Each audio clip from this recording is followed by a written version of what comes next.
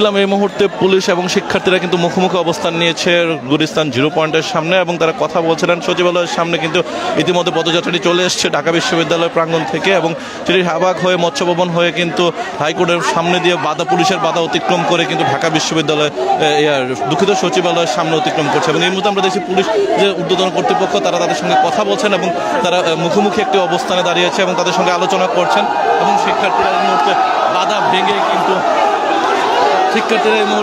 ভেঙে কিন্তু তারা সামনের দিকে অগ্রসর হচ্ছে এবং আমরা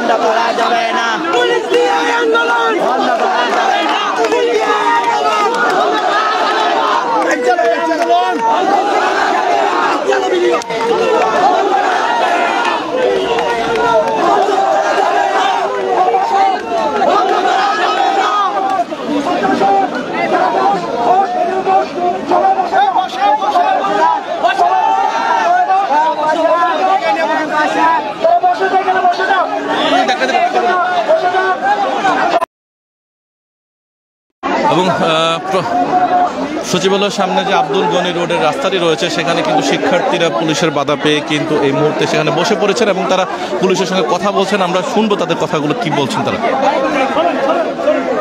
আমরা এখানে পুরোপুরি সামনেও আমরা যাবো না, কিন্তু তার আগ পর্যন্ত আমাদের তো যেতে দিতে হবে।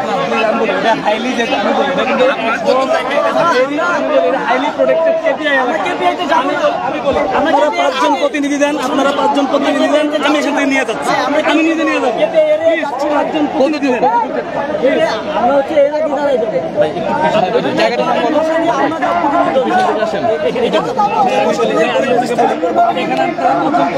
আমি নিজে নিয়ে যাচ্ছি, প্লিজ প্লিজ। আমি রিকোয়েস্ট করতেছি, প্লিজ আপনারা 5 জন প্রতিনিধি দেন। এখানে দেখেন সচিবালয়ের সামনে, আমি কৃতজ্ঞ। দেখেন এটা সচিবালয়ের সামনে, আমরা গুলিস্তান মধ্যে যাবো।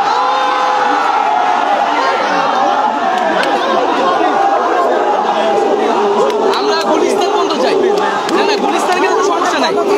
আমরা গুলিস্তান মোড়ে, আমি বলি গুলিস্তান মোড়ে আমরা আধা ঘন্টা অবস্থান করে 5 জন যাবো, দিয়ে চলে আসবো। না দেখেন যদি কষ্ট হবে আপনারা গুলিস্তান মোড় থেকে আমরা ঘুরে চলে আসবো, জগন্নাথ বিশ্ববিদ্যালয় জগন্নাথে চলে যাবে। আমি বলি ওখানে আমার মনে হয় কারণ কেপিআর কাছাকাছি, প্লিজ আপনারা একটু এখানে অবস্থান নেন।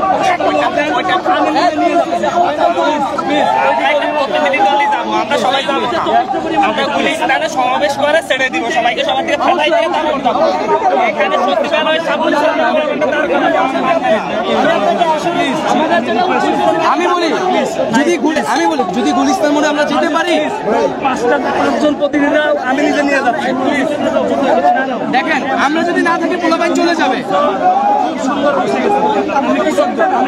আমরা যদি এখন না করি আমাদের কথা শুনি, আমরা গুলিস্তান মোড়ে আমাদের দেন, সেখান থেকে জগন্নাথ বিশ্ববিদ্যালয়, না কথাটা শুনেন ভাই, প্লিজ। জগন্নাথ বিশ্ববিদ্যালয় গুলিস্তান থেকে চলে যেতে পারবে, আমাদের ক্যাম্পাসে আমরা চলে যাবো। গুলিস্তানটা আমাদের জন্য সবচেয়ে ভালো একটা অবস্থান হয়। আমরা নিজেরাই ঘুরাই দিব, আমরা নিজেরাই ঘুরাই দিব।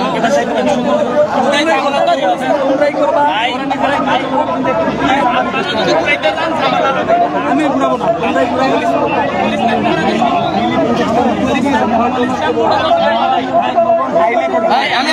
আমি বলি আমরা আপনাকে 5 মিনিট সময় দেই, আপনি আপনার ঊর্ধ্বতন কর্মকর্তার সাথে কথা বলুন যে শিক্ষার্থীরা বঙ্গভবন যাবে না, আপনাদের কথা আমরা রাখছি, কিন্তু আমাদেরকে গুলিস্তান মোড়ে অবস্থান করে দিতে হবে।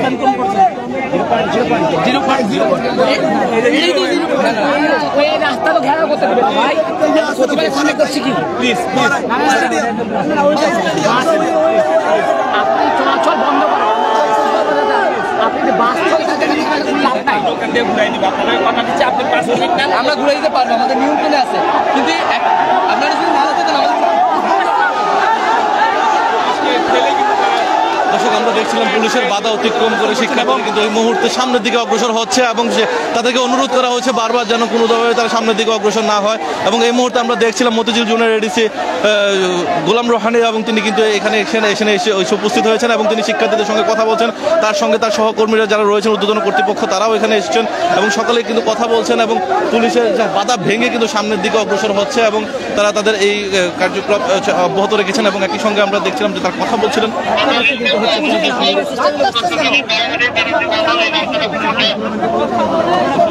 আপনার শান্তিপূর্ণ অবস্থান করেন, দর্শনের মধ্যে আমাদের আপনারা কি চান আমরা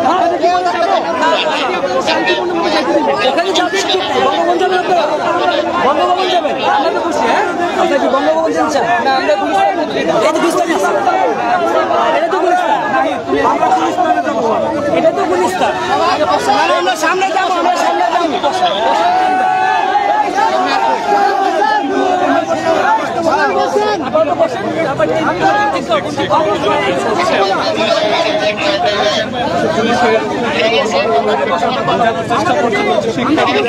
বসো তোমরা টিল